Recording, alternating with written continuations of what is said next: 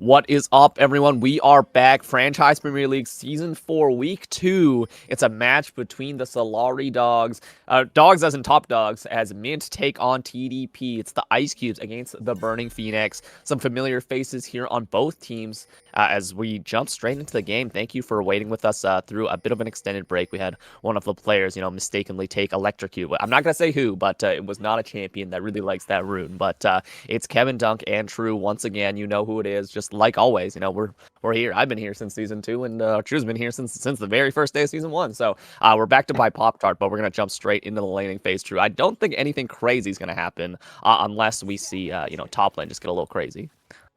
No, nothing too shocking in terms of player setup. And talking about that top lane, like I said, Rumble has this ultra high presence, ultra high value, at the very least in LCK with 42 or 47, something like that, bans, and then one pick, and that one pick was a whip. So people are very concerned about Rumble's power super early on, but it does seem like the answer at the very least might be Galio, who's more than happy to for TD Phoenix at least, might be more than happy to get MR and just stay a bit safer in that lane. Otherwise, I think the one thing I'm somewhat surprised about is just you wouldn't get it going for first strike on Kane. I feel like I typically see like maybe Conqueror more often. Yeah, I think maybe he might be trying to go for the blue Kane build then, because I think that's like just maximizes your burst with that passive as we see the scatter miss. But yeah, might be a hint towards what you wouldn't get it build for further. But I'm not sure if he wants to build the the blue Kane assassin build against multiple frontliners like the Galio and the Rel. But maybe he feels that he's getting more value out of the assassination rather than the drain tanking.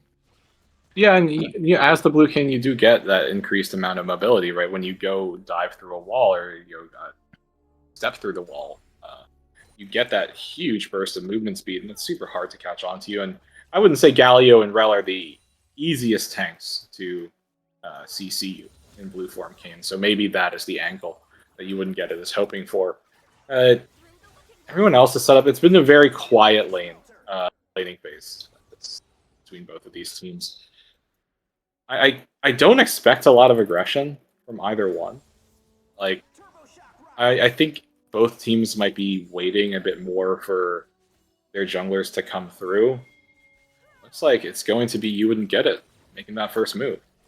Yep, he's going to be looking for the Scuttle Crab, but I think it's already been taken by the VIEGO, so there's not much really to get here. Might get double scuttled on as well here, True. So we see Zelda Guy moving with the VIEGO as well. You wouldn't get it, is racing up top there. The Smite, I think, is still available for the VIEGO, so I think this is just a good, quick clear for this VIEGO to secure both. So great job from Pinay to, focus that and know that the clear speed on the VIEGO is just faster at those early levels, and pretty decent CS league. Sure, it's not game ending like it was back in the early double scuttle days, but we're seeing a scrap here. The recall canceled, the fighting is activated as we see the stun hit. The fully stacked Conqueror means I think Pinay wins out in the longer fights. He's gonna jump back in. You wouldn't get it. Actually goes forward. Conqueror's still stacked. Huge huge chunk, and the Conqueror is stacked. But Jellybean Jeff had the prio, so makes it to the fight faster. Pinay actually backs off there. Good from them to have that presence of mind, but you wouldn't get it, getting a bit too aggressive, maybe just trying to farm up the orbs. But that was a bit dangerous, you think, if Pinay managed to get like another charge of that Spectral Maw after the cooldown came up. Possibly could have been a solo kill. Yeah, like you said, maybe it's a bit more about stacks than it is anything else. And ultimately, you wouldn't should still be safe in that situation. You still have Flash available, so is it like a high risk, high reward sort of thing? Probably not, because as you said, Jeff did have prio, so the Aurora is able to come collapse. And also, in addition to that, Zelda Guy's out of mana. So really, how dangerous is you wouldn't get it, outside of just missing his own flash and giving up first blood that way. But outside of that, you can take a look, and you do see some slight CS leads building up a very small lead in gold for the side of TD Phoenix. But otherwise, like, this has just been such a muted early game. Neither of these teams are hard interacting with each other. But Zig and Frisky, they might be trying to interrupt the backs. Wow, both of them hit Humble. That's so sad. Yeah, he's going to be chunked out to about half health here, but you love LCK here, True, and I think we're getting a pretty LCK early game as both teams are pretty happy to just, not make a lot of moves. Yeah. I mean, we're going to become Wolf and Atlas at this point if we don't have much to talk about. Well, I mean, I heard if anyone's really interested in this franchise, I heard Metro is announcing a new game. Uh, I think on Thursday, which is pretty interesting. But otherwise, I think there's like a trailer for a Resident Evil movie coming out tomorrow, something of that sort. Nice.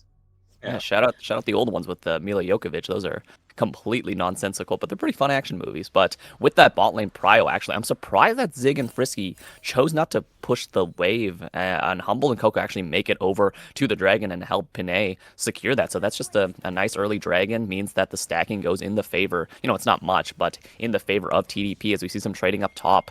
It's kind of a wet blanket fight, though. I don't think Winter really has any kill threat, and Concrete Muncher, again, like picking this tanky Galio with the defensive build is not really going to have any threat at all. So both these guys are just going to slap each other. Actually, they're going for it. You can see Ignite activated, but there's no danger zone for Winter.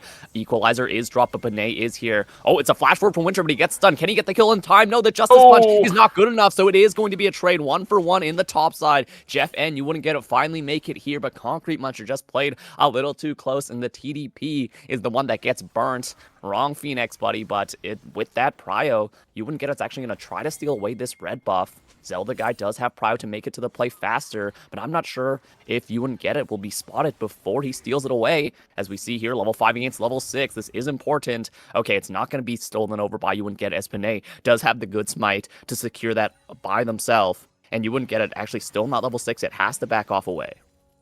Yeah, it sucks to be faced with that situation. You think, okay, well, he doesn't have ultimate available. Maybe I can go for the red steel, but you're just not fast enough in that moment as Kane. Can't get anything out of it. Concrete. Oh my god! Shots. That's definitely a play for sure. And they just used their TB to get back to lane there, True. So that's a pretty significant chunk they're gonna have to take out. So they're gonna either risk missing a wave, maybe if Winter pushes, or they're just gonna have to live with the health. So I think they are choosing to back here.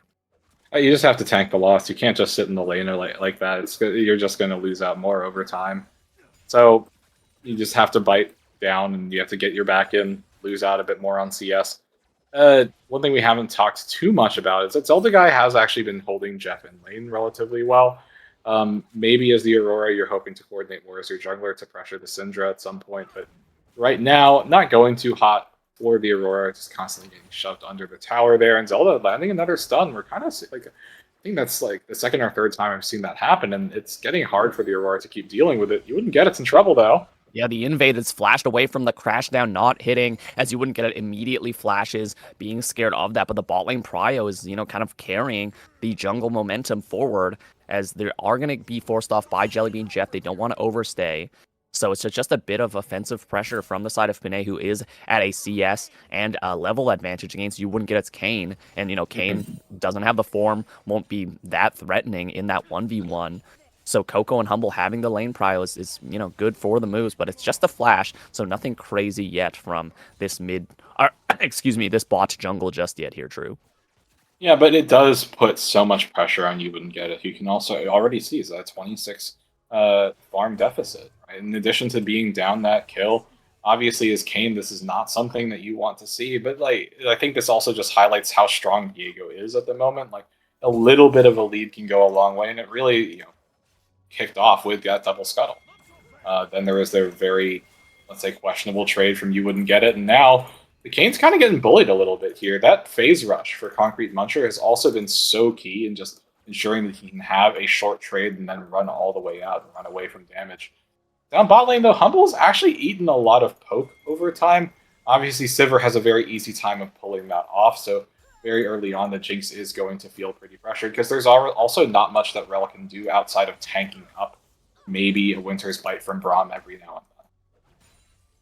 Yeah, absolutely. It's just Zig using that Ricochet to get prio in lane, which is why I was so surprised Coco actually managed a chance to go away. But, I don't think Humble was actually scared of the Braum Sivir, so it was easy for them to be in that 1v2 and the Rel to force. But one thing we did not actually pan to was the fact that in a 3v2, Concrete Muncher and Pinay's VIEGO managed to make Winter, you wouldn't get it, and Jellybean Jeff back off in that 3v2, meaning they get the grubs securing that. So the side lane's going to be a lot stronger for the side side of TDP as this game continues, right? I think Viego, Oh, man. sorry, flash away from Zelda guy. He's getting ganked here, looking for the kill, gets the slow, unleash power, looking for the stun angle, but walks too close to turret, and you wouldn't get it. Kills him with the Blades Reach, just too extended there by Zelda guy, and they do go down. Jellybean Jeff baiting them in, and a great angle on that Kane gank makes it happen there, True. Oh, Super Mega Death Rocket takes Jellybean Jeff to very low HP, to about 100 HP there, but they still survive. So the Aurora tanks the rocket,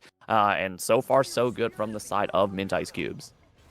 Oh, Winter here good to get the trade. It's a 1-level lead here. Ignite invested as well. That last Electro Harpoon missing, but the other one hits. The red carpet is dropped. Winter overheated. Can they get the burn enough on Concrete Muncher? No, Concrete Muncher lives again about 100 HP. So both teams getting away from the fight just with very low health bars. As we see on the bottom side, it is going to be a collapse from the bot side. Winter's bite misses, but there is a pushback from the side of Mint against TDP, who are backing off. Oh, the stun hits from the Syndra, the flash in from the crash down. Can they kill the Aurora fast enough? Heartbreaker to steal the body.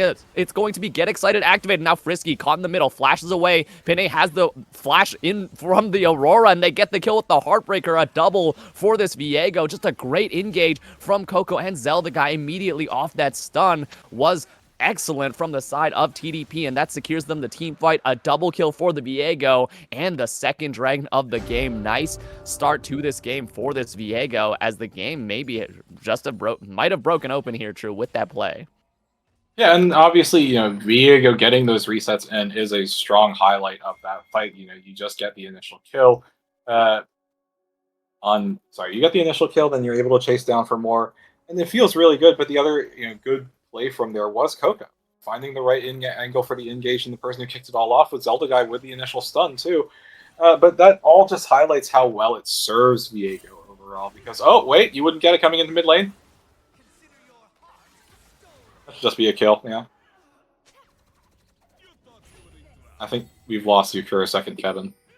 I am so sorry. I was on mute, but I was about to say that was a great play from You Wouldn't Get It to get the gank off on Zelda guy. The Umbral Trespass to, pretty much avoid the damage. The stun only hits the Aurora, and they get the kill there. So Jellybean Jeff collecting a plate there. Thank you for letting me know my mic was on mute, True. That was a mistake on my part. It happens. I mean, all the time.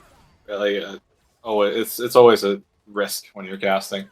But with all that being said, the good that comes from that dragon fight somewhat mitigated, with that gank from You Wouldn't Get It. Now 2-0 on the Kane, still down in terms of gold in comparison to Pinay, but much closer than you were a couple of minutes ago, I would say.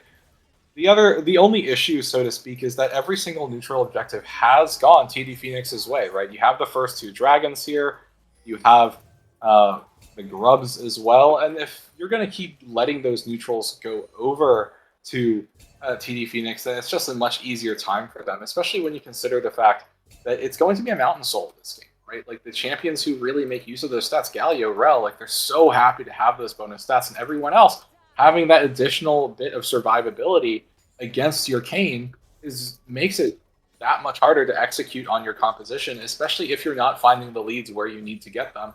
And right now, I think that Mint is somewhat struggling in that regard, with Sivir, not even being involved in any kills yet, Braum having died. There is a bright spot with that Kane, yes, but I don't think it's going quite as well as they want it to. Yeah, I gotta agree with you there, True. One thing I do want to mention as well, while we still have some free time before they start scrapping again and make me accidentally mute my mic, but Frisky going for the Bloodsong means they're not going to be very tanky against the initial burst, which could be dangerous, right? Against something like the Viego Syndra, if he doesn't get the Unbreakable up fast enough, there is a chance that they can 100-0 the Braum, who's really the only possible frontline for the side of Mint. Going for the Bloodsong means, yes, you have better burst, but you're at risk for getting exploded and giving the reset over to TDP, who benefit greatly from it, right? I think Viego would love to have the Braum body and, get the passive stacks and the Unbreakable to block a lot of the block a lot of the projectiles. So that's something we'll probably have to pay attention to in this mid game. As we see, You Wouldn't Get It face checking, and the stun hits from the Viego. You Wouldn't Get It. Oh my lord! And just gets executed. The Super Mega Death Rocket seals the deal as the body is stolen, and now he goes through the wall with the Shadow Step, going for the spot lane gank. Zig gets slowed up, pops the call of the call of the hunt, as he just gets executed as well, dragged in by the Magna Storm. Frisky taken low and just gets knocked down by the Heartbreaker. Beautiful play by the side of TDP as it's another double kill for Pinay's Viego. It is just a rundown. That was great sequence of events for them. He instantly steals the Kane body and uses like the 5,000 movement speed hack, runs through the wall. It's a flash from Zig, but it doesn't matter as they still, both of them go down. Zig and Frisky try to escape and they cannot as the stolen body is just too good. And while I was, commentating on that true, mid lane, Zelda guy also got a kill. A solo bolo and gets first turret. I'm not sure if we'll get a replay on that, but everything is coming up TDP in these last few minutes.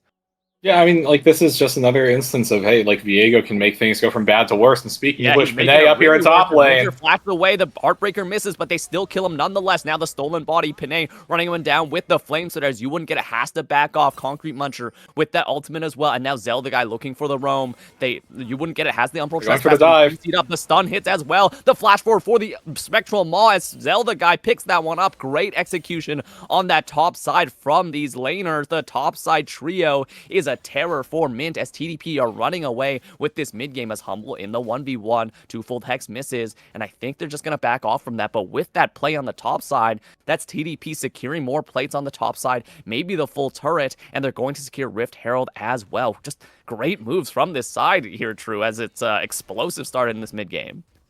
Yeah, and what happened in the bot lane, right, around the Scuttle Crab, was that they killed You Wouldn't Get It, who is Blue Cane, and they steals that, gets that ton of movement speed, and they're able to chase down the Sivir and the Braum. And what happens top lane is just once they... Humble's in a whole ton of trouble, though. Okay, Humble got maybe a little bit too big for their britches as they look for the 1v1 against the Aurora and get exploded. Yes, the twofold Hex doesn't hit on the first one, but you can't just stand around against the Aurora as she blows you up with that Between Worlds. And now with that dead AD carry, I think that means Mint have an angle into this first dragon, stopping the stacking from TDP.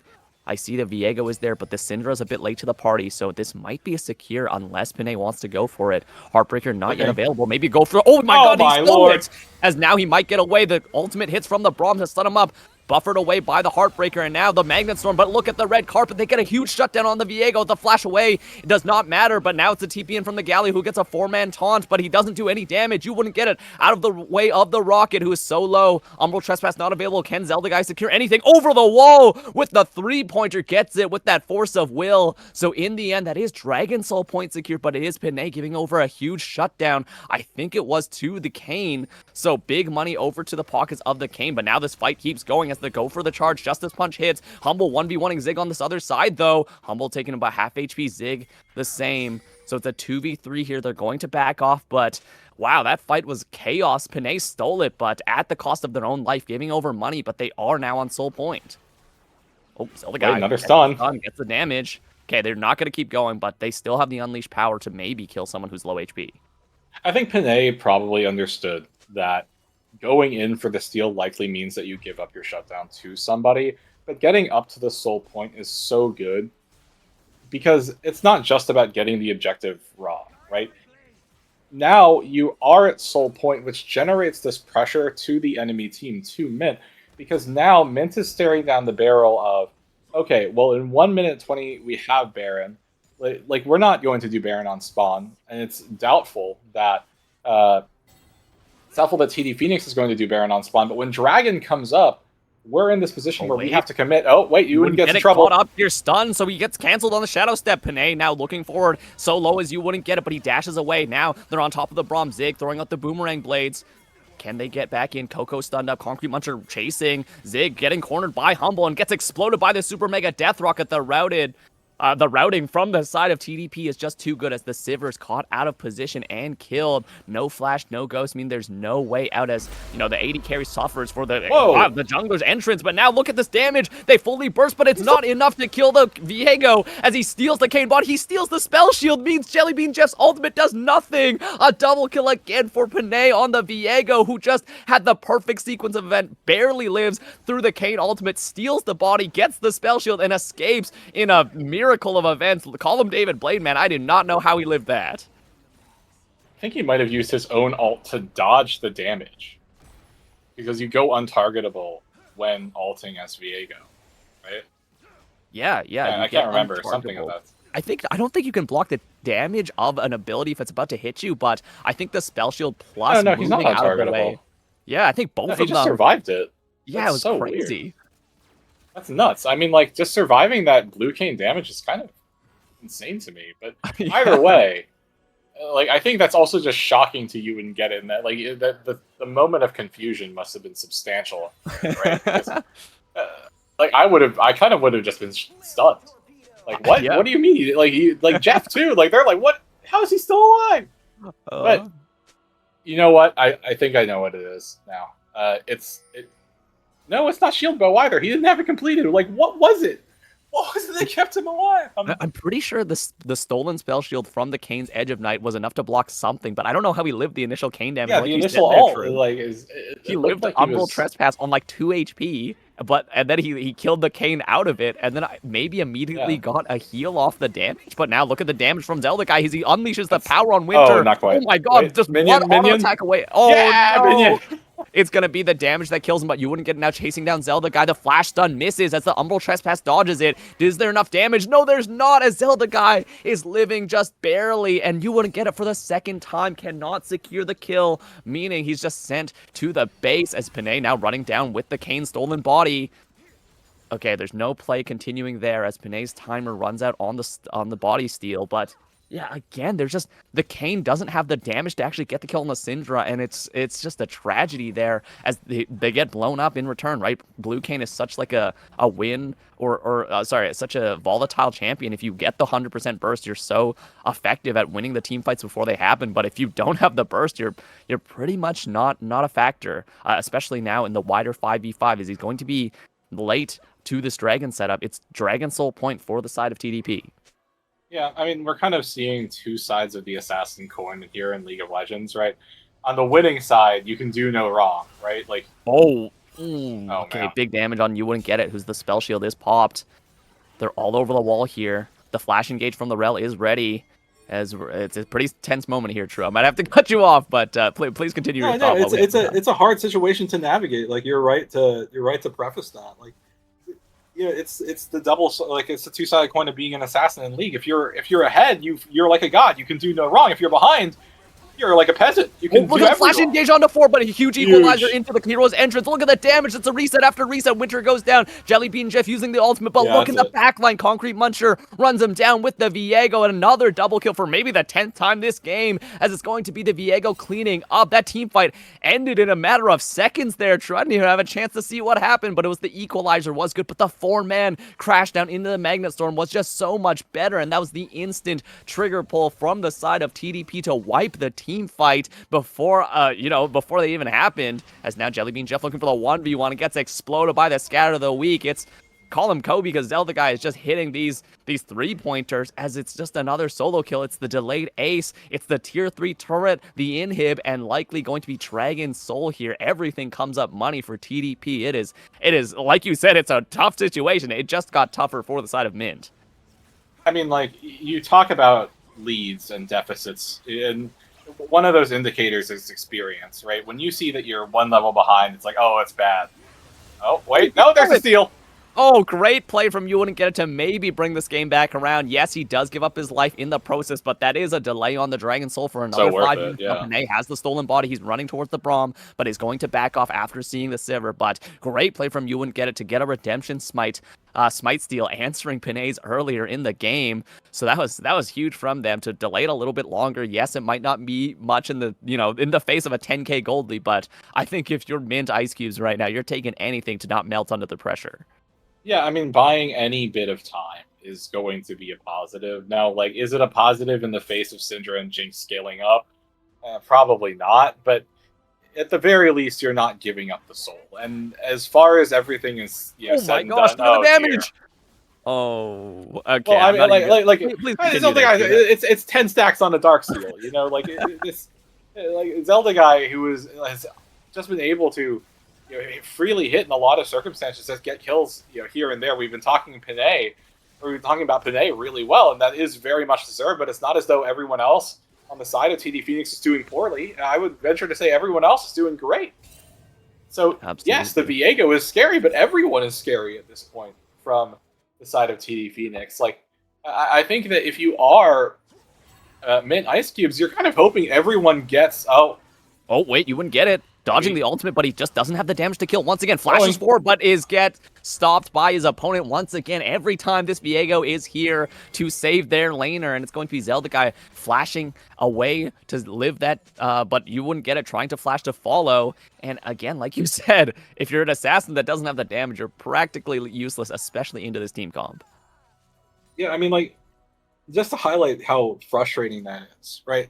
Yes, you wouldn't get it as something like 3 or 4 levels down, maybe, compared to the Viego and the Syndra, but wait, they're looking for something.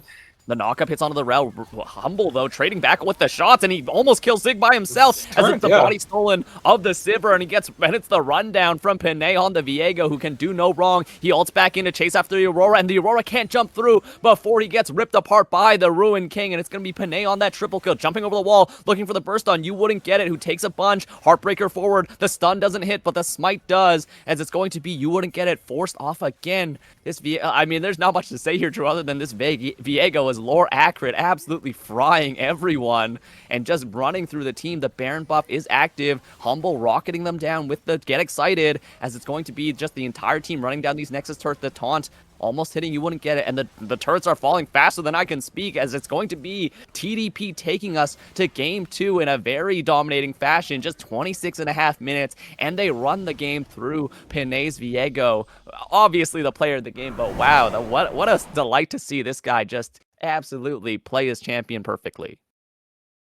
I mean, like we said, Panay obviously the big highlight of this game, but really everybody on the side of TD Phoenix just did their job, right? Like, I think when the landscape for Concrete Muncher is okay.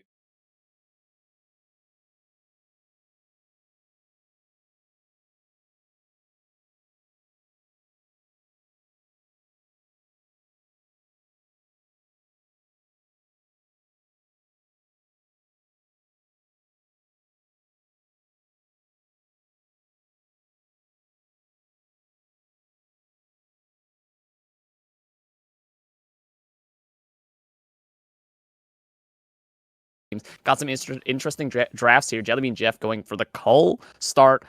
Smolder early game is very greedy, but I love it. And Panay looking to have a repeat of game 1 where they just absolutely dominated on the Viego. So happy to see both teams rip roaring and already scrapping over Vision. But I think in this bot side, Humble and Coco are probably going to have a very easy lane, knowing that Maokai can't ever walk in and that Caitlyn has so much range. Yeah, I mean, well, as far as Smolder starting Cull goes, like, that is just an indication of, like, I am not looking to interact with you. I am here to farm. Malzahar also, similar case. I'm here to farm. Thus far in, like, Zig, because, Poppy has the benefit of having that extra ranged auto attack every now and then that also gives you the shield, able to get a little bit more harassed down on Frisky MMO, even though it's another melee support matchup. So nothing too shocking from that end.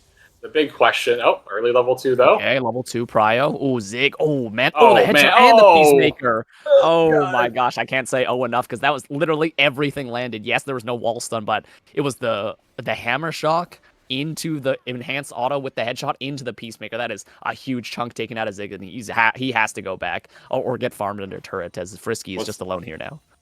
What's the phrase? I'm vomiting and screaming and crying or something like that. Like, that was hard to watch, man. Like, you're a level 1 Kaisa, like, you see the enemy bot lane hit level 2, and it's like, oh, I just lose now. I just lose lane. Like, I'm not allowed to play here. Speaking of not allowed to play, Concrete Muncher, I don't think you want that. Ooh. Man, yeah, Winter's Vladimir is a force to be reckoned with. Like, he actually wins out on that trade in the early game, and the transfusion with the Empower is just quite big, as Concrete Muncher has to go mini again. Winter playing this pick extremely well. Actually has a CS lead and forced the Gnar to use the potion. Yeah, I also think that's kind of just the reality of the issue for Gnar at this time, especially with Vladimir. When you have pool available, there's not all that much that. Wait, is he going for this dive? Oh man, my God, look at the damage he has. Pool, he first bloods him. Like you said, the pool is so dangerous, as it's going to be first blood picked up by Winter on the Vladimir. Empower transfusion into the fully charged Tides of Blood. There's no flash away from the Gnar, and it means Winter gets a beautiful soul liquid without burning a single summoner. Nice play from them to secure first blood for their team. Yeah, and you were talking about how Winter's Vladimir can potentially be a vector for Mint to find themselves an avenue to victory, and having that early lead, especially also having such a big CS lead early on, could be the avenue for that. Now, Concrete is able to TP back to lane, so the deficit isn't as enormous as it could be, although you're still seeing 10 CS deficit, and obviously the kill feels really bad too.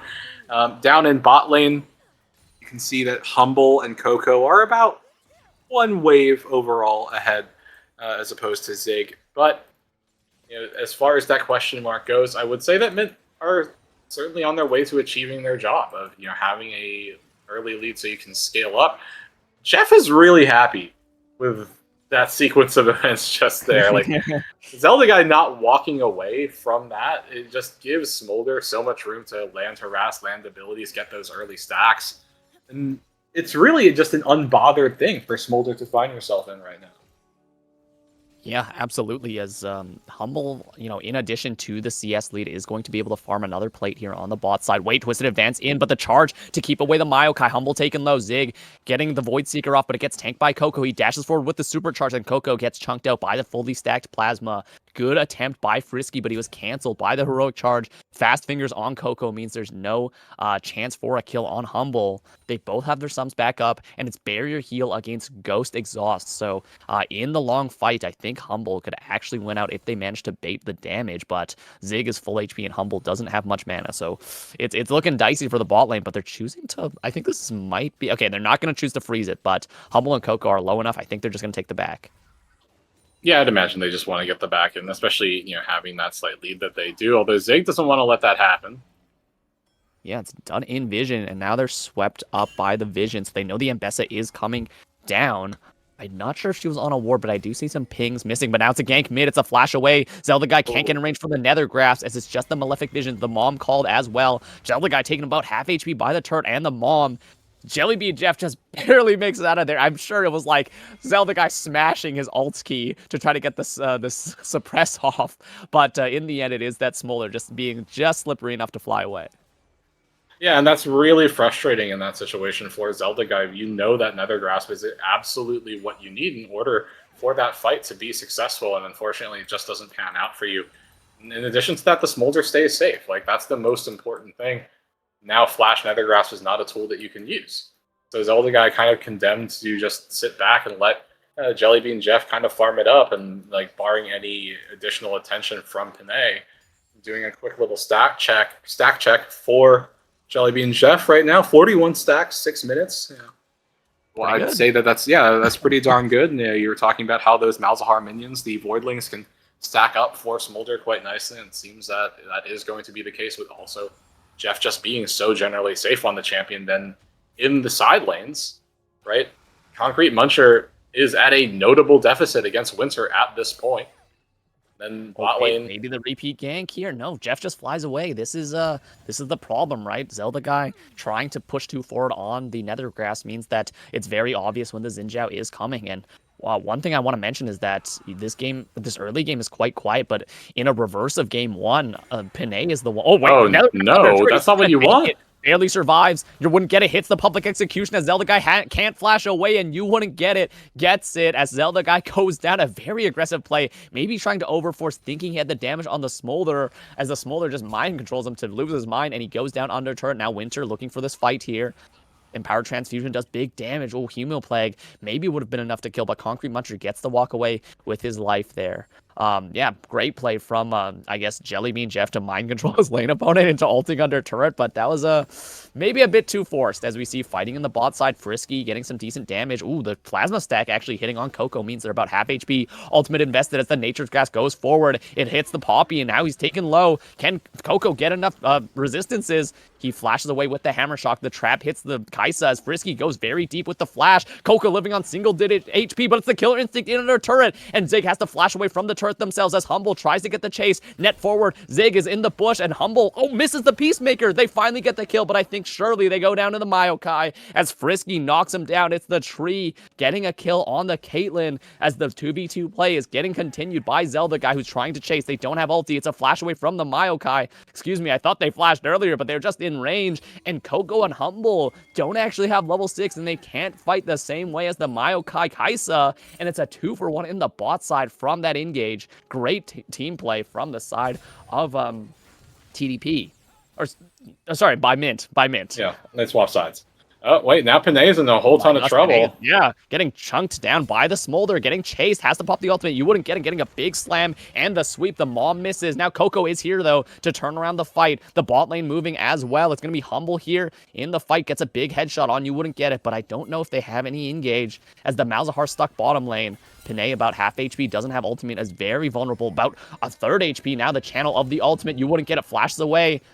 The Keeper's Verdict still activated. It's a jump forward from Panay, who secures the first grub. Wall tackle into the Winter, but now look at the damage. He kills Concrete Muncher as Coco's locked in the pit. Panay chasing down the Smolder, who's trying to fight back. You wouldn't get it taken solo, but gets killed by Humble, who headshots him. But Winter is still unleashed on this backline, and in the 1v1, Panay actually loses to Jellybean Jeff, and Coco has to run away. Winter still chasing with that Ghost. Can they get the damage off with that transfusion? They're looking for it. They can't get the kill, but in the fight, yes, you secure one grub, but at what cost? It's just so much damage. And again, what is Zelda guy doing? He's ulting under turn again. He gets the ignite off on Zig, though, and Zig cannot fire back. I thought surely that was a repeat of the first time you ulted under turn, but Zelda guy proves me wrong and gets it in the 1v1. But still, on the rest of the map, Vladimir is absolutely frying them.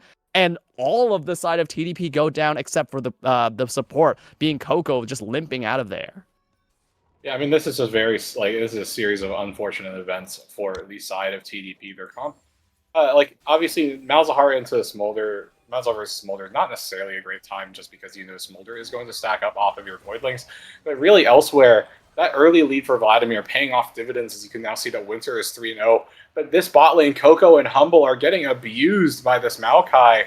There's the Killer Instinct as well. Keeper's Verdict sends out the Kaisa. Frisky is still on top of Humble and gets the Twisted Advance. Oh, the public execution is perfect as it gets max range out. Humble goes down to the Ambessa. Call it a repeat of Arcane, baby. There is no Mel to save you, as it's going to be Humble going down to the gank. That must have been a max range pixel perfect on You Wouldn't Get Its public execution as he gets the kill there. Great setup by Frisky and Zig. Yes, you send out one with the Keeper's Verdict, but there's another one waiting in the wings for the kill, and the game is getting blown open by Mint as they're, yes, only at a 2.5k gold lead, but they scale so much better than TDP. Yeah, I mean, with those early leads, it's going to feel so good. I mean, obviously, yeah, Zig is not ahead as compared to Humble, right? Like the Caitlyn is still ahead of the Kaisa, but you take a look at the other lanes, and you see that Jeff, 700 gold ahead. Top lane, Winter is 1,400 gold ahead. And like those are huge leads for your solo laners, especially these are solo laners who you were kind of thinking like, okay, well maybe they need a little bit of time to scale, especially this Smolder who already has that first completed item in the inventory. Frisky going in. They try to go at the plate and secure the turret. The exhaust is used on the Caitlyn, but now taking too much damage is Frisky, who walks into the trap. Do they have the damage to kill this Maokai? It's Zig firing back. The barrier pop by Humble, who does have the ultimate.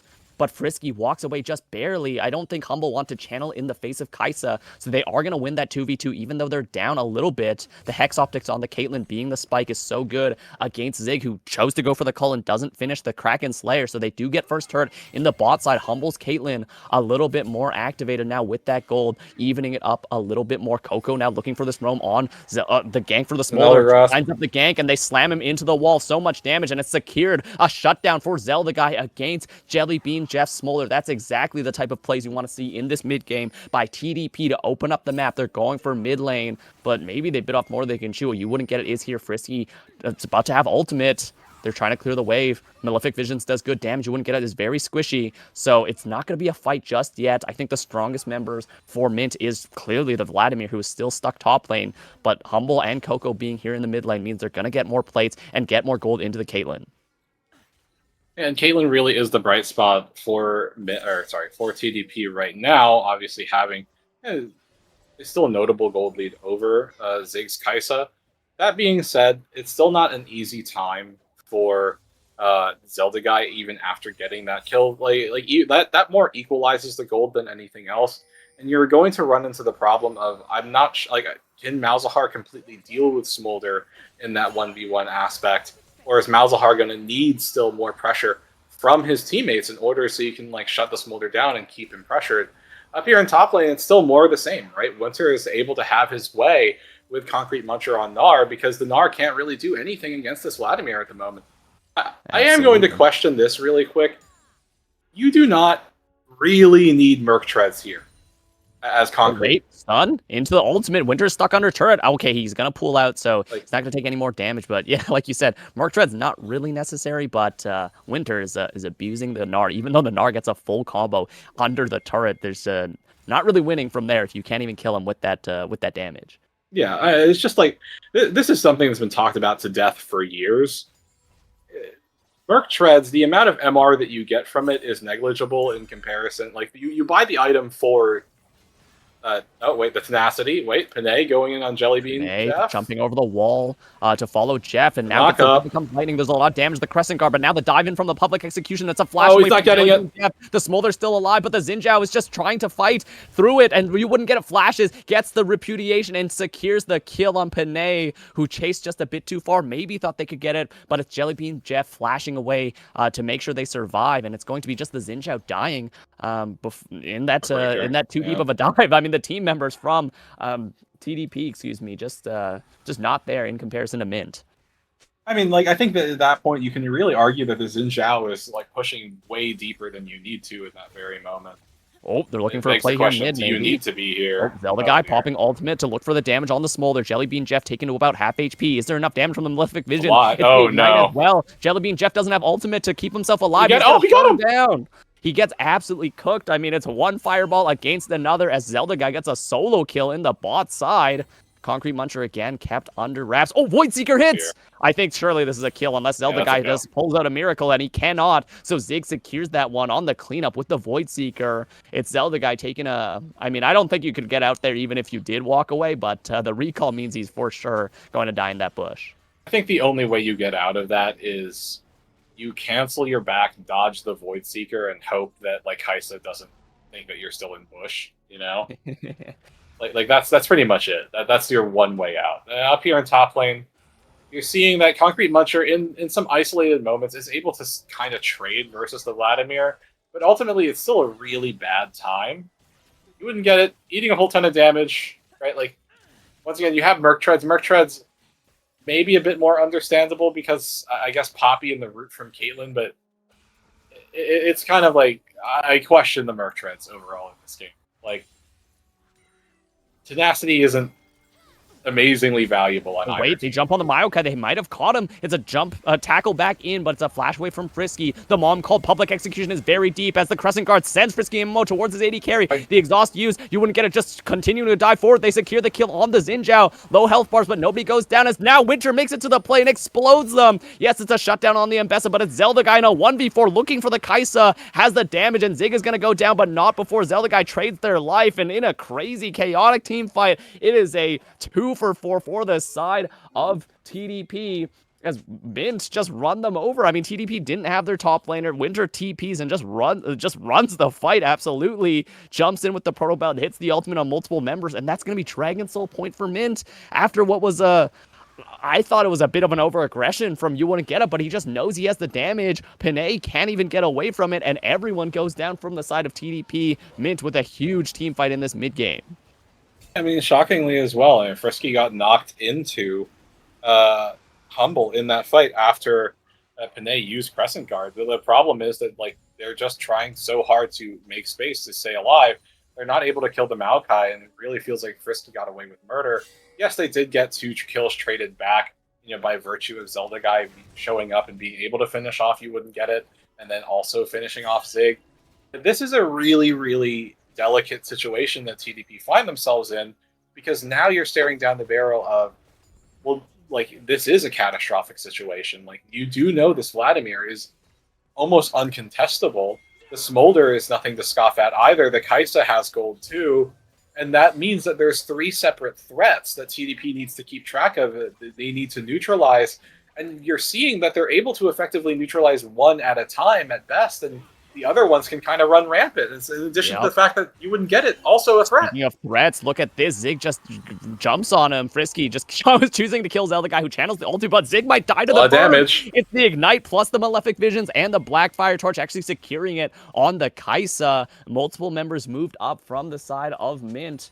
And in the end, it's still a trade for a 1-for-1. So maybe on the bot side, Concrete Muncher can get further, evened up on the Gnar. But he's choosing the TP here. This is a weird TP. The Herald's already gone. He's going to TP into multiple members. He might die. Concrete Muncher gets a huge Mega Gnar. Can they get the burst on? You wouldn't get it. Who ults back in? Hits the Caitlyn. There's so much damage as Humble has to go further into the fight. Yes, they kill, wouldn't get it. But look at Winter's Vladimir, who's just frying them. Jellybean Jeff kiting it out. Pinay just doesn't have the damage to kill anyone as Concrete Muncher goes mini, and Winter sends him into the dirt with the flash tides of blood. Beautiful plays from the side of Mint as they collapse on the Gnar. Yes, you forced the play with the Mega. It was a good angle, but you just don't have the damage, and Humble gets isolated by. You wouldn't get it. Has to net back in to run away. Doesn't choose to flash in time of the public execution, and he's just going to go down again. You wouldn't get it with these public execution and Bessa ultis. Make it look like a point-and-click ability as they've hit it on a key carry almost every single time. Yeah, and it's just such a vital moment for the Ambessa because you wouldn't get it eat so much early CC and then able to use the public execution partially as an escape to get onto Humble. And that turns things, that extends the fight out long enough for Winter to arrive, for Jellybean Jeff to arrive. And it's just going from bad to worse for TDP because it just highlights what I was saying, right? Like, they can neutralize one threat at a time, right? You can neutralize Zig's Kaisa. You can neutralize, you wouldn't get it on Ambessa. But then that leaves Jeff and Winter available. And the honest answer is that, like, okay, you've locked down Gnar before, you've locked down Ambessa before, you've locked down Kaisa before. You have yet to deal with this Vladimir, who now has completed Medjai's, working towards stacking it up even more. And there has been no answer for Vlad. Like, I think that Vlad might be one of the most annoying champions to play against in League, just because of how Pool functions. Oh, wait. Herald charge in. You wouldn't get it. Gets a big shield, though. They're jumping away with the Drakehound step. Concrete Muncher almost on the Mega. It's a jump in from the Maokai. Can Concrete Muncher get in range? It's the Mega Gnar, but it whiffs as it's the Killer Instinct out. Now Concrete Muncher has to back away. The kiting is good. Humble actually doesn't get it with the public execution, and you wouldn't get it. Goes too far. Is there enough damage? There's not, as it finally goes down to Zelda guy, who goes very deep. Gets the ultimate onto Zig. Jellybean Jeff trying to throw out the fireballs for damage. Vladimir is coming. Continues. But look at the Vladimir. Like you said, he's going to route them. Frisky now looking forward. Can't jump in, but Winter's clearly going to kill Coco on the Poppy. Frisky almost dead there. Proto Belt forward. Can Concrete Muncher get away? Hits the Blast Cone, but he just walks further back into the Vlad, and surely Winter kills him with the Tides of Blood. Wow, wait. The other guy actually turns around for the play. The Malefic Visions gets the shutdown on Frisky, and the burn gets Zig on the Kaisa. Zelda guy is playing aggro Malzahar, and I love it as he gets a double kill off the back of that play. Now he sees the Smolder. Can they kill him, though? He hits the Malefic Visions. It's a point and click. The fireball, the Achu slows them down. Humble is trying to chase it down. He doesn't have the ultimate. He does have flash, though, but I don't think they can keep chasing. Vladimir did go back, and I think they know it, but now Pinay trying to chase the Smolder. Smolder just going to walk away, but Jellybean Jeff in a dangerous 1v2 there, and Zelda guy actually turns the play around from, I think, what was a 2-for-1 into a 3-for-1, as, yeah, just a great play from them to actually just stay outside of vision and kill two with the Malefic Visions bouncing from the Maokai to the Kaisa. What an interesting way to play Malzahar. He's just ulting in their faces and dealing damage, but I kind of love it. And, like, I think in terms of silver lining, Zelda guy being able to play aggressively and just kind of throw himself in constantly, knowing that with the burn that you have from Shadow Flame, or like from your Malefic Visions, as well as your Blackfire Torch and Shadow Flame, it will really burn through a squishy target like Zig. But, like, it's the problem that you can only do one at a time. Wait, Winter's going in. Backline, it's the Maokai going in. Humble taken solo. The Execute is activated as Zelda guy goes down to the burn. Yes, they trade one back on the Maokai, but the Keeper's Verdict is so good. Ace in the hole hits the Smolder. Now Mega Gnar is activated. Winter jumps in. Winter is dangerous, and Humble's almost on no HP. You wouldn't get it. Looking for the public execution. It hits again on the Caitlyn. Humble has to net back forward, and he gets killed by the Vladimir, as it's just me. You wouldn't get it, tearing up the fight. It's an absolute stomp by the side of the Minty boys as they completely run over the fight, only losing one. And it's Frisky who sent themselves so deep to secure the fight, and that's securing not only the team fight, but the Dragon Soul and likely the Baron. You wouldn't get it again. Hits gets the ultimate dead on the Caitlyn. Humble has to choose to jump forward with the net and gets exploded by Winter, and then you wouldn't get it, just choosing to just send it. They have 2 items. They're practically unkillable if they get a reset, and it's just a clean sweep by Mint as the Smolder is just frying them with the execute, hitting it pretty much on the dot for 22 minutes, and it just does so much extra damage. I mean, it is looking rough for the side of TDP as Mint not only have the scaling time bombs here, true, they just got the Baron and the Soul. Yeah, I mean, Baron plus like Soul on Vladimir, nonetheless, it's just so frustrating to play against this STDP. Like, you needed to get an early mid lead, and it just did not materialize in any remote sense of the word, maybe with the exception of bot lane. Like, and we knew this was a possibility of happening. I didn't think it was going to happen in such fantastic fashion, although you did say that it was a possibility with Winter on the Vladimir, Kevin, to give credit where it's due. This guy's the other thing. Guy. Yeah, the other thing is, that being said, with the Smolder in particular, after that previous fight, the fight before the one of Dragon just now, Smolder was already 5 stacks off from getting that execute. So it was going to happen eventually in this game, no matter what. Like, there was just nothing that neutralized any member on the side of Mint here. Like, TDP, like, once again, it's kind of the positions were reversed. Like, the TDP didn't have anything that really they could play through, and it's kind of showing, like, maybe with the exception of Zelda Guy. But at the end of the day, Malzahar can only do so much, right? It's not like you're a Azir or a Kali, a champion that, like, maybe your team can truly play around in order to claw yourselves back from a massive deficit. Like, you can really only lock down one person as Malzahar, and when, you find yourself in a situation where you need to lock down 4 people, something's got to give, and it's not going to be the enemy team. Absolutely not. Winter is the Vladimir guy. Oh my god, he has so much pressure in the side lane with the Baron as Coco trying to make the play here. Naganar into the wall. The Xin Zhao is here. The tackle as well, getting the stun, but they just don't have the damage. Hemoplag onto 3 as Frisky is here with the ultimate. Coco taken low. Winter under turret, but he's just healing up so much. Frisky now tanking the turret. Pinay is tanking them up as well, but they finally get the kill on Frisky as Zig makes it a bit late to the party. The mom goes across 2, and Humble's taking about half HP once again. Zig can poke them with the Void Seeker. You wouldn't get it. Could dive in with the ultimate at any time, and yes, they lose their Maokai, but it doesn't matter because in the 4v5, they're still stronger as now multiple people do not have the ultimates for the side of TDP. Jellybean Jeff even got a mid-tier 2 by themselves. As in the bot side, it's actually Zelda Guy solo pushing on the Vladimir, so the strongest member's not here. Panay looking forward. They don't have Crescent Guard. They're not tanky at all as Humble eats a Void Seeker. Zig has the killer instinct, but is choosing not to go for it as the Poppy is there. So, I mean, in this base race, I don't think you win against Baron and 3, as yes, Malzahar's going to get a lot of gold and get some objective bounties, but look at the warpath that TDP is facing as, Frisky just decides to run it in and try to fight Zelda Guy, and he's just going to get burned down to a crisp. So he only delays it for a little bit longer, but the Baron buff empowerment from Jellybean Jeff in the mid lane means the transition over means a second inhib. So it's 1 inhib for 2, but Zelda Guy getting a lot of gold. And okay, I was like, there's no way he's going for the Nexus turret, right? So he's going to back off. But, I mean, that is a lot of gold clawed back for the Malzahar. But like you said, True, it's not a Azir. It's not an Akali. It's not going to 1v9. You have 1 ultimate for 1 target. You got to stand still to get the full channel off. So it really is in the hands of Zelda Guy on a champion that's not really known for hard carrying. Yeah, and like you're seeing it, right? Zelda Guy is able to like really kill like any single person. Maybe like I honestly question if you can kill Vladimir as Malzahar in this sort of situation, but like, I think that maybe with anyone else, Zelda Guy is unbothered in a solo aspect. But that being said, like, if your avenue to victory is Malzahar, you need to split push, you will find yourself in a desperate situation. Now, like, is it great that he was actually able to crack open the base? Absolutely. Right? I think that you can absolutely argue that is a situation where your base should never be broken.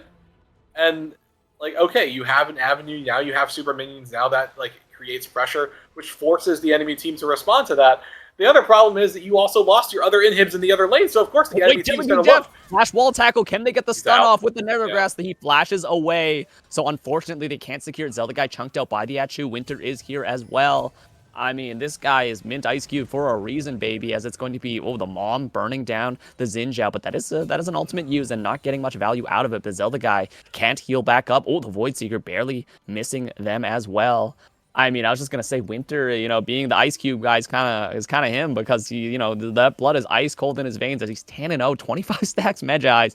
The only way I truly see Mint losing is if, like you said, you'd love to say it true, is if it's to complete, computer disconnects in a team fight. Because he can Zanyas, he can pool, like, yes, sure, maybe Zelda can get a full channel of the ulti off, but he's standing still if he does that, and there's still a Smolder and a Kaisa, as you wouldn't get it in a 2v1, jumps away with the Drakehound step, ace in the whole activator. Now Winter's looking, wall tackle, but there's no follow-up. Zelda guy getting the burn, Frisky going very deep, gets the knockback, Winter getting silenced as well. Can they kill this Vladimir? He goes into the pool. Zelda guy's taken so low, and again, look at the Ambessa ulti. There's so much damage they can't kill Winter. He finally goes down. Humble is frying, but on the other side, you wouldn't get it. Just cleaning them up. It's a flash forward from both the Smolder and the Ambessa as they get cooked. It's TDP not being able to keep up with the heat because this dragon, I think, beats the Phoenix as Jellybean Jeff he's been on 225 stacks for a minute, baby. He just fries them with the 2.5 item power spike, not even 3. And Zig has the artillery. You wouldn't get it, just keeps pushing forward. And like you said, True, it's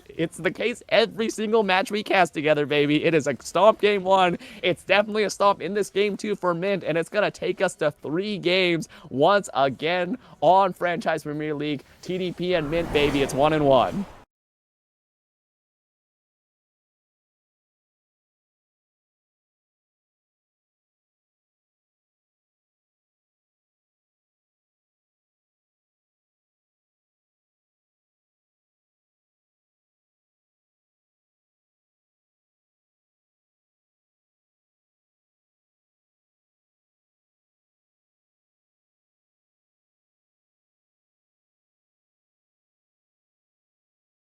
Man, I feel like every game 3, oh my god, Zelda guy and Jellybean Jeff are just brawling to the death with autos in their queue. Like, it feels like every game 3, these weird. Are out for blood immediately. Like for both of these teams, it's just a bit odd. You can see that Concrete Muncher going for the proxy onto Winter. Like, don't have to worry about Vayne top if you don't interact with it, I suppose. But that being said, right, as far as bot lane goes, I don't think, like, Thresh Tristana, if you hit the level 2 first, can feel really good because you can abuse the Ashe Leona. If you don't hit level 2 first, though, or if you try to trade at level 1, you are going to have a bad time just because Ashe is going to just be able to more easily kite you out and walk you down, especially after Coco misses that death sentence. Mid lane, it feels like Zelda guy is just trying to play through the passive, use Radiant Volley as well as possible, but it didn't really look like they were successful versus Jeff there in the mid lane. But nobody died, so I guess that's the most important aspect of it. But, obviously we talked about it a lot headed into the game. Vayne top, Singe top, no one wants to see either of these champions. I think probably Vayne top is a bit more visceral in its in the reactions it elicits out of people. Certainly more visceral for me. But I think the bigger question is, is Panay, like speaking a bit more seriously, is Panay going to be more active on this J4? In the previous game, we saw Panay on something that should be active in the early to mid game through that Xin Zhao, but it felt like far less aggressive on the Xin as opposed to the VIEGO from game 1. And I'd imagine that Panay wants to have some of that game 1 success once again on this J4 pick. Yeah, and I mean, I guess advantage to playing the Singe top is that you don't have to really gank for him if he's proxying, right? So you can pay more attention to the other 2 lanes. I mean, Orianna, I know, is a champion that you would love to gank, right? Flag and drag into the Solar Snare.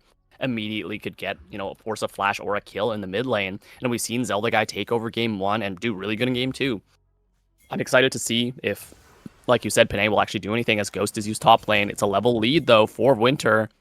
Panay is here. The Ghost catches up. He flips him back. Flag and drag also hits. Winter flashes away finally, but he is slowed down by the red buff. Do they have enough damage to kill Winter before he gets to the turret? I don't think he does as he pops the Ghost. Concrete Muncher taken low as well as Zelda guy getting out-traded heavily in the mid lane. So the top lane gank is, I think, successful to burn both sums of the Vayne, so repeat will be very easy if the Jarvan goes again. But, for Concrete Muncher, I don't think he can really do anything as well.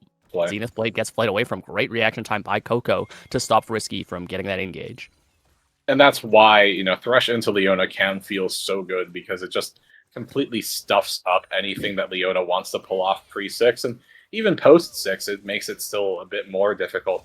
Though with Zig on Ashe here, you do have Oh, that Zenith vector played for in. Oh, the engage. play is perfect. And now it's the hook. Now there's no aftershock, but Humble chooses to explosive charge. The Oh, that's jumps aggressive. in. He gets stunned up. He pops the berry, gets exhausted, though. The Lantern keeps him a little bit safe. Flash away, but Frisky Zenith blading under turret. Can he secure the kill here? He does. A flay back from the flash of Coco secures it back, but Frisky shutting down the AD carry early, and now face checking. You wouldn't get it. Who gets the drag bag with the dreaded return? Coco taken low. Actually, body blocked Flash. to get back from the turret. It's the flash forward from Zig. It's the flag and drag from Pune as he's gonna secure the kill on Zig, and now Coco trying to run away from this Zahen. Surely he's gonna go down. He does, and now it's just a straight up mono 1v1 between the Jarvan and the Zahen. I think in the longer fight, Zahen does win that because of how many stacks you wouldn't get it farmed off of Coco.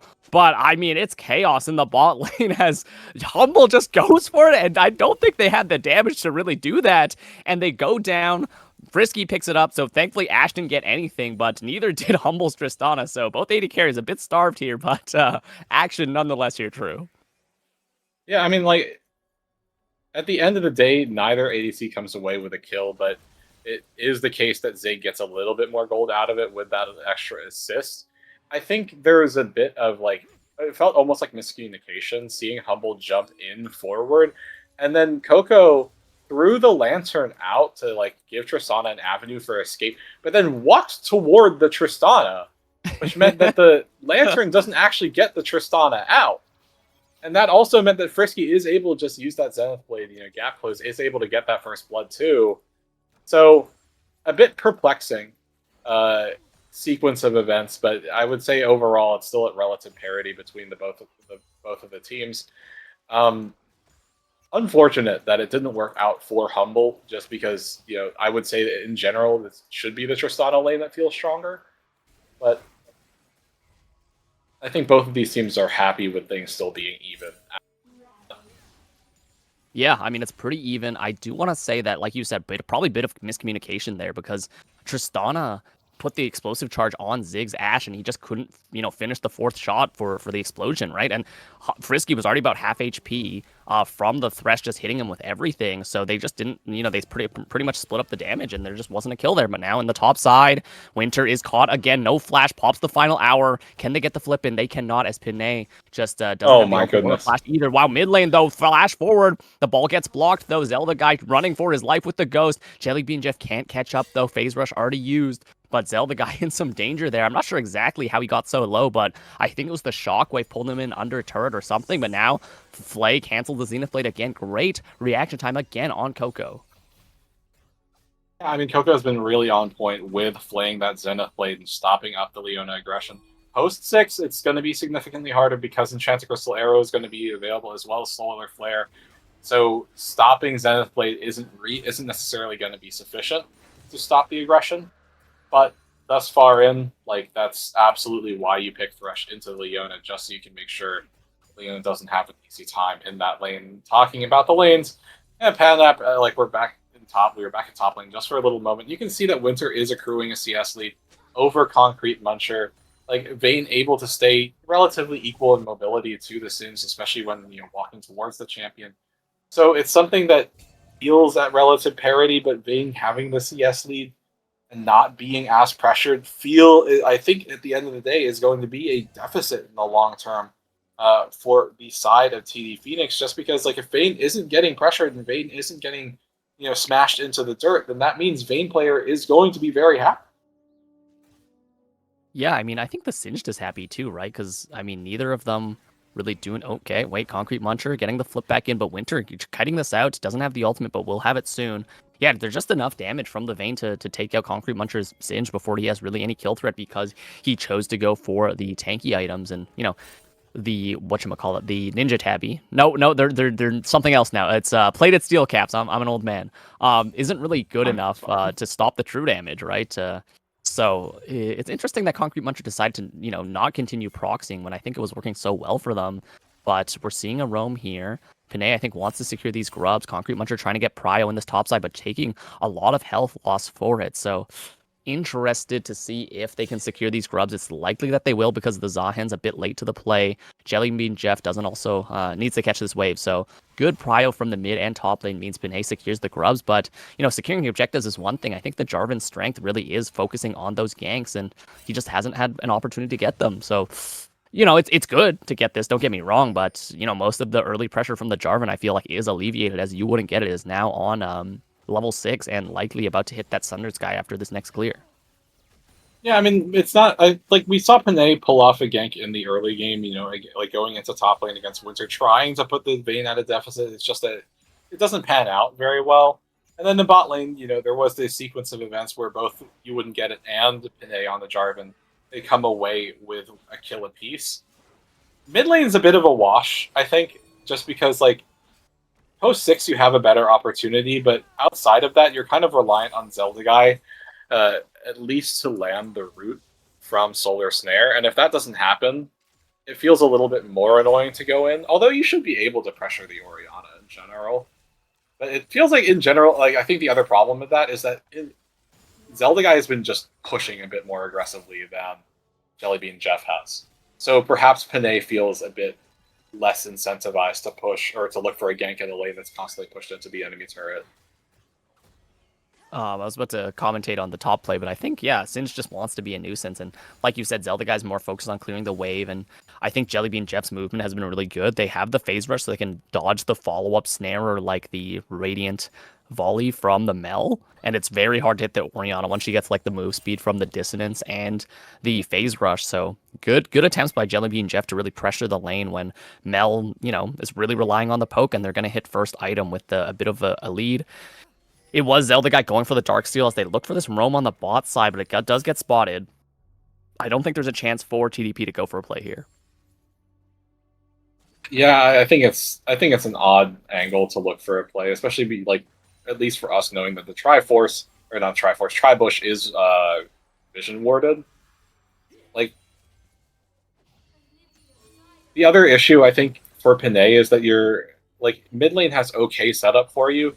And then ideally you could be able to coordinate with your bot lane, but it doesn't feel like Panay has seen a strong opportunity for him to look bot. And even then, like, you've seen You Wouldn't Get It look bot as well, and they haven't been able to pull anything off. But see the Zahen walking towards this bottom lane. Will get spotted out on the ward, so Coco should be wise to it. Coco gets slowed by the solar flare, but doesn't hit the dreaded return. And like you said, he just gets spotted on the ward, and they back off fast enough. Now Concrete Munger popping the ultimate. There is a flash forward for the flip. Can they get the Flag and Drag? It hits Winter, but he still has the flash. He ghosts away, but now the Cataclysm right after the flash. Do they have the damage? They're right under the turret. I don't know if they can kill him fast enough. Dragon Strike hits the flash forward. It's a trade of a 1-for-1, as it's going to be Concrete Muncher just tanking up too many turret shots, but Panay does manage to secure the kill. So I guess the gank attempt is good, as the Vayne's going to lose a couple of waves here, but ultimately, Concrete Muncher does also go down, so the Vayne with that CS lead, with that kill traded back, is going to hit first item before the Singed. Yeah, and you can see, you know, the first completed item come through for that Vayne, which is going to be the experimental Hex Plate, which, objectively speaking, feels great on Vayne. You know, you press R, you get 50% attack speed, 20% movement speed on final hour, and it gives you more uptime for that ability. You can already see it's half off a cooldown anyway. So that is going to feel great for Winter, especially in regards to, like, you see that Singe trying to run at you or run away from you. That bonus movement speed could mean the world in order to secure or get away from a kill. Now, am I complimenting a Vayne Top's itemization? Begrudgingly, yes, I am. But you can see that Mint, they do have the inside track on this dragon. They are going to get it with relative ease, so Sue's dragon stacked up for them. Concrete Muncher taking a huge chunk of their HP. I don't know how Winter managed to get like a 2-level lead, but they're level 11 already. Wait, Zelda Guy gets the snare, doing big damage, blocks the orb, but I don't think they have enough damage to kill. But good trading there after hitting the snare. Like, you get one snare off, you hit the Radiant Volley for the full channel, and it is half of the Orianna's HP. But like you said, second dragon being secured means the time bomb is ticking for the side of TDP, right? Zahen only gets stronger with time. Flash snare gets flashed away from. Good attempt by Zelda Guy, but it is Jellybean Jeff using their flash to get away. Maybe that could be a repeat angle for Panay in the future.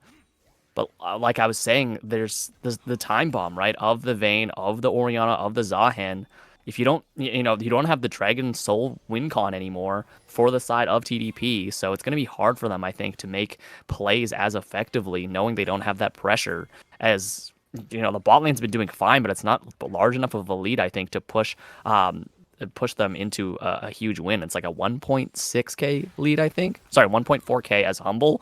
Ooh, greeting for that turret takes a huge chunk from Jellybean Jeff. But I don't think they're going to go down as... Yeah, it's on the map, it's good. Like, don't get me wrong, I love the gold lead, but I don't know if it's substantial enough here, True, for them to really take it into the mid game and actually win team fights. No, I completely understand what you're saying. They were hoping for a bit of an opportunity there. The snare lands, but like it's frisky, right? Like the Leona is more than tanky enough, and you're not really all that bothered by it. But yeah, like Humble having a very slight, 500 gold lead isn't anything to scoff at, but it's still, like you said, it's not truly enough to remark on, and that gold will partially get equalized once Zig finishes the call in just 4 more CS. So it's not much that like to remark on. I do agree with you, even though the kills are even. Oh wait, Zelda guy's in trouble. Getting caught here doesn't get the chance to rebuttal because they're stunned up as they try to use it now. The lantern is just a bit too far. Zig now getting hooked as it's already his mid laner going down. Zelda guy just stepping up way too far against the Leona and the Ashe. Like, you can't block the Zenith Blade with the rebuttal, so they're gonna go down. Yeah, it's a case of like, okay, cool, you know, you do have the ability to reflect a projectile, but you can't reflect Solar Flare, so if you get stunned by that, it's just going to be Concrete that layered Muncher CC. looks for the flip, he gets it. Panay here with the Cataclysm and Winter. Kill. Doesn't have the flash back up, it's a flash forward from you and get it for the double drag back. Hits the ultimate on the Jarvan, but it's just a flag and drag away now. Concrete Muncher looking to get away from this with the Insanity Potion is going to be fine. So great play on the top side from Panay's J4 to lock down the Vayne, getting a kill for Concrete Muncher.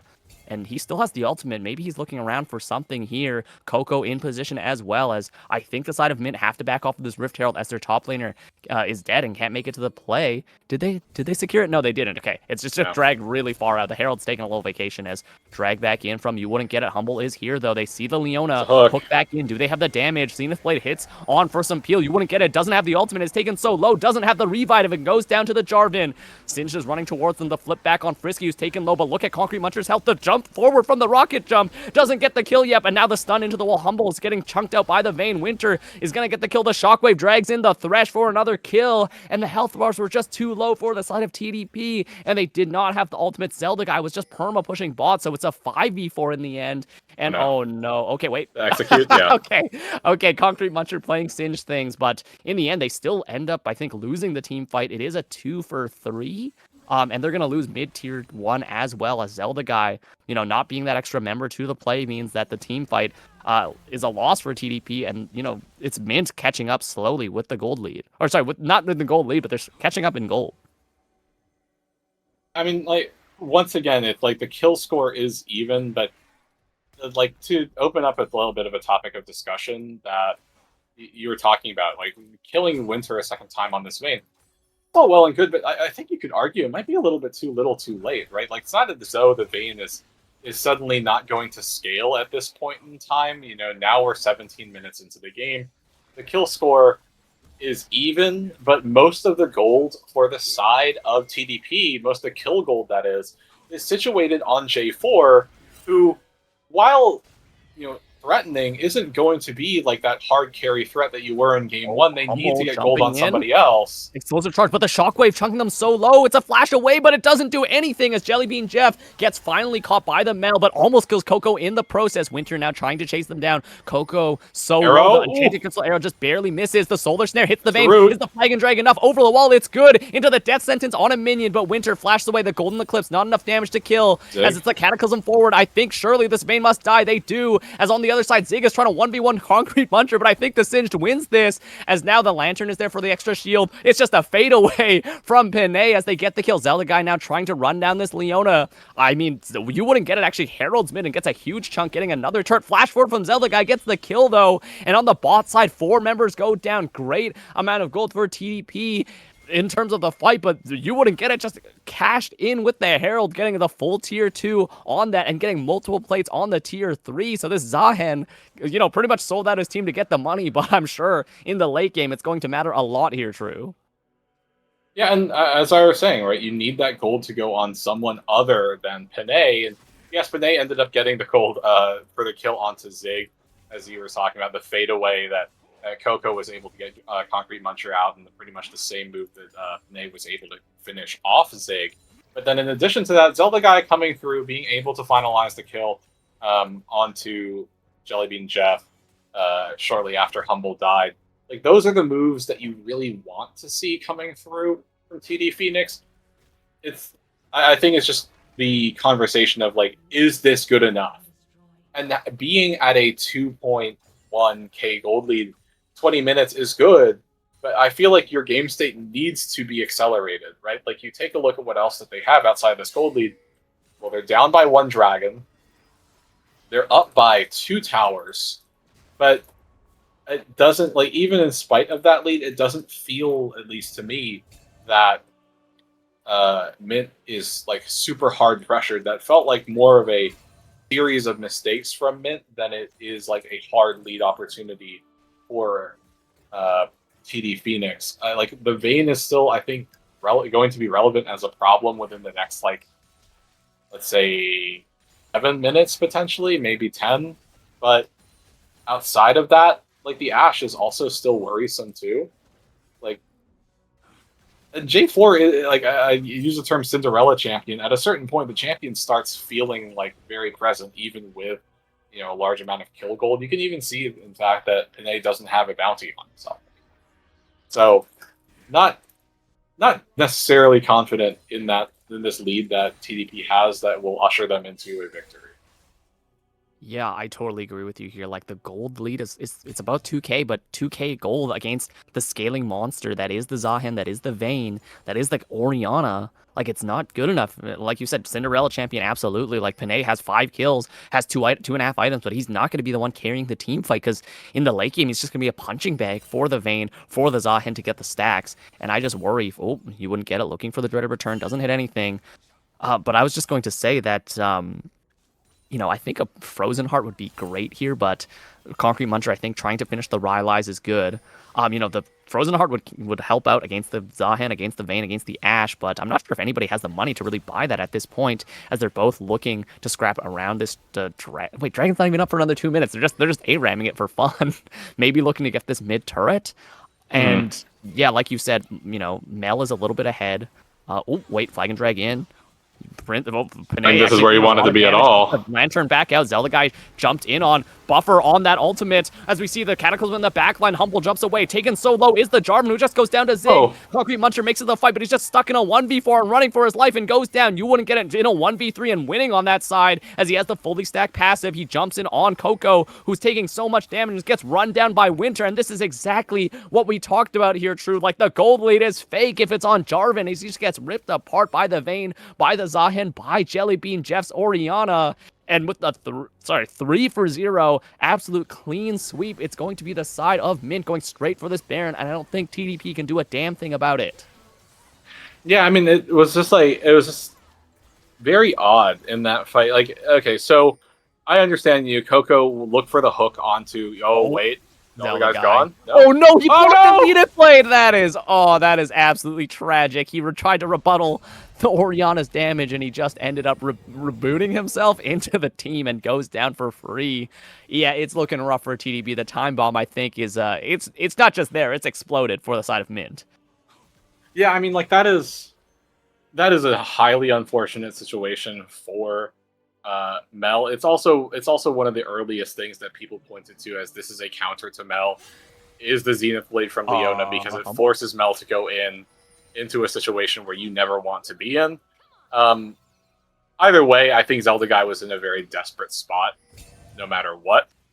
But you're seeing how meaningful those 3 kills are at this point in time, as opposed to when, like, TDP got their 3 kills earlier. Like, Mint are able to transition that directly into getting Baron. Like, now, like, oh. Okay. Flag and drag buffers the arrow. Yeah, it's good, but I mean, look at the picture that Mint are putting on with this next dragon spawn, as the Vayne has the TP ready and is going to TP. pretty deep here. It's just going to be a straight up 5v5, but the Baron Wave pushed for Mint means it's dangerous for TDP. Double Solar Snare into the Q is good, but Zelda Guy stunned up by a perfect hit on the Solar Flare, and the Lantern's just not close enough. I don't think Zelda Guy could have touched it anyways, as it's going to be the side of TDP backing away from this Dragon. Maybe they're looking for the Vayne in response, but surely this is Dragon Soul point for Mint, as Frisky hits it dead on with that Solar Flare. Means Zelda Guy has no chance to escape. Well, I mean, talk about a counter pick of the Zenith, but you can't block the Solar Flare either there, True. Yeah, and like I do see that Coco has Mikhail's. I think the other unfortunate part of that is like you're just not close enough to cleanse the stun off of Zelda Guy in that situation. And things are just going from bad to worse now for TD Phoenix. As you know, the Singed has not panned out. Okay, Humble flashing forward, tries to get a kill on Zig, and oh no, he just flashed straight into his death. There was a second, I think, before the barrier came up, and Coco didn't have the shield for him either. And Zig pretty much gets a Tristana gift wrapped in gold. The Tristana is now down 0-4, down an entire item against Zig's Ashe, and it's looking tragic, I think, for this Yordle right now, True. Yeah, it's just another example of how desperate the situation is becoming for... Oh, wait. Ooh, big damage onto Zelda Guy from just a couple of stacks of that Silver Bolts. Winter maybe looking for this. Wait, Rebuttal used very early. Solar Snare hits, though, but into the Golden Eclipse. Zelda Guy predicts the tumble forward, and he gets the solo bolo. A bit of Vayne spotting there for Zelda Guy to pick up the kill on Winter, but in the end, that's, you know, one kill against a pretty stacked rest of the team, so I'm not sure if that's enough to really make a difference for Zelda Guy to carry. Maybe it pushes him over to the Rabadons, but it's still a rough game with the scaling power of the Zahen and the Orion, and now the Ashe almost on that third item, now on 3.5 at this point.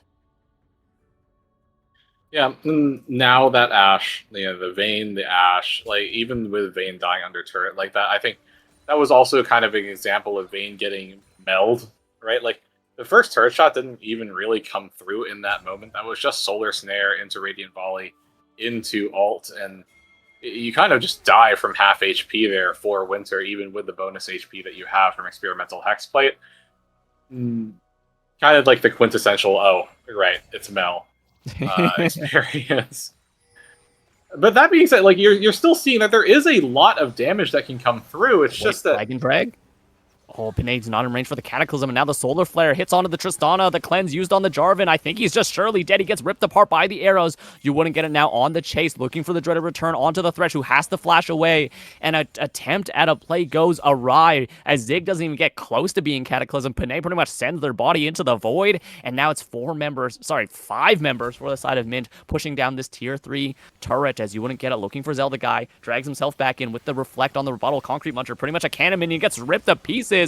And now jumped on by the ultimate from the Zahen, who flashes forward. Humble has to jump away. Winter on that ultimate with the Ghost is just zooming.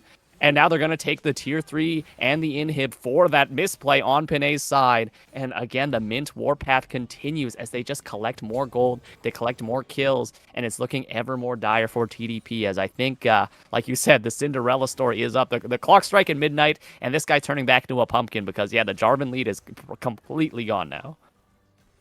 Yeah, and there really isn't like much that TDP have to remark on. Like their late game insurance policies are Mel and Tristana, neither of which are bad, but like especially in the case of the Tristana, you look across the rift at your counterpart in Zig's Ashe, and this Ashe is just so much more well developed than the Tristana is in terms of that itemization path. Like you said, having a fully completed item over the Trist, which means it's not good enough. Like Humble, like I think if you give Humble's Tristana maybe 6 more minutes, like maybe you have an avenue which this Tristana is going to feel more relevant. But the other issues that you're contending with are you need to keep Zig on this Mel, or not Zig, Zelda Guy on this Mel alive. And consistently around those fights, around those objectives, Zelda Guy has just been like soloed out by Solar Flare, by just getting like CC layered before you can use Rebuttal, and really by Leona. I guess that's the best way I can put it. Like Zig is just getting, or not Zig, I keep making that mistake. Zelda Guy is just getting countered by the fact that Leona exists as Mel, and you're in like this consistently awkward spot. The other thing is that there have been a couple of instances where it looks like Zelda guy wants to use the rebuttal on Ash Arrow, and then it hits somebody else, and like now that ability is wasted, so it's a little bit of miscoordination. But that being said, if you are TD Phoenix, like this kind of has to be your moment here. Dragon is spawning, and it is the potential soul. Yeah, they're getting collapsed on, though. You wouldn't get it on the flank. Gets Now, returned. oh my god, the shockwave hits 4, and it's just evaporation. As Zelda guy doesn't even get a chance to flash away as Humble goes down too. Jellybean Jeff taken low, killed finally by the Jarvan as Concrete Muncher finally makes it to the play and running around with the Ghost, but he's just a mosquito at this point. Flash forward from Zig to continue the chase. I mean, the mantra is to not chase Singe, but it doesn't really matter when you kill his entire team at this point.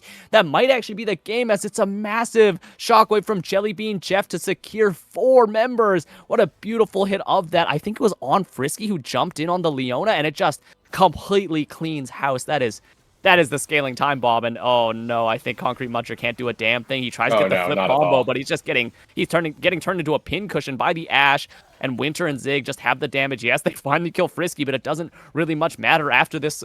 Solari is just gonna clear. Humble and Coco are back. Can they defend fast enough? There's too much damage, I think, on the Nexus. It's a jump in from Humble to jump into a loss. Unfortunately, TDP do not come back fast enough, as Mint are gonna clear them in Game 3. Finishing off our match at 2-1. Great plays from them. Just a godlike shockwave from Jeff to finish the game. What a banger here, True.